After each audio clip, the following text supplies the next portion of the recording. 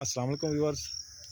आज मैं आपको आम की एक किस्म जिसका नाम अजीम और रट्टे वाला है, ये चौसे की किस्म है जो कि 15 अगस्त से लेकर सितंबर और अक्टूबर तक हार्वेस्टिंग होती रहती है।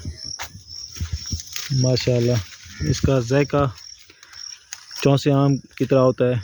आपने पहले मौसमी चौसा का नाम सुना होगा जिसे समर बेस्ट कहते हैं, वो पहले आता है। उसके बाद लेट चौसा होता है। ये भी एक लेट चौसे की तरह की वैरायटी है। इसका दाने का साइज़ मौसमी चौसा और लेट चौसा के दोनों के दरमियान का होता है, लेकिन इसका जो जायका होता है खाने में बहुत ही शानदार और लजीज होता है।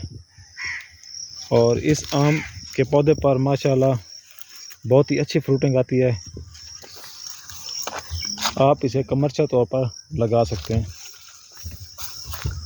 अजीम और रट्टे वाला चौसा इसका नाम है।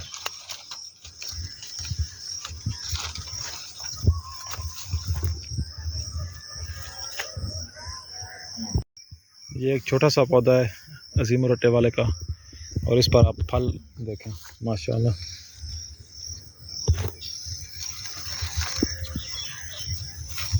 खाने में मीठी वैरायटी है और इसकी शेल्फ लाइफ भी माशाल्लाह दूसरे आमों की निस्बत अच्छी है।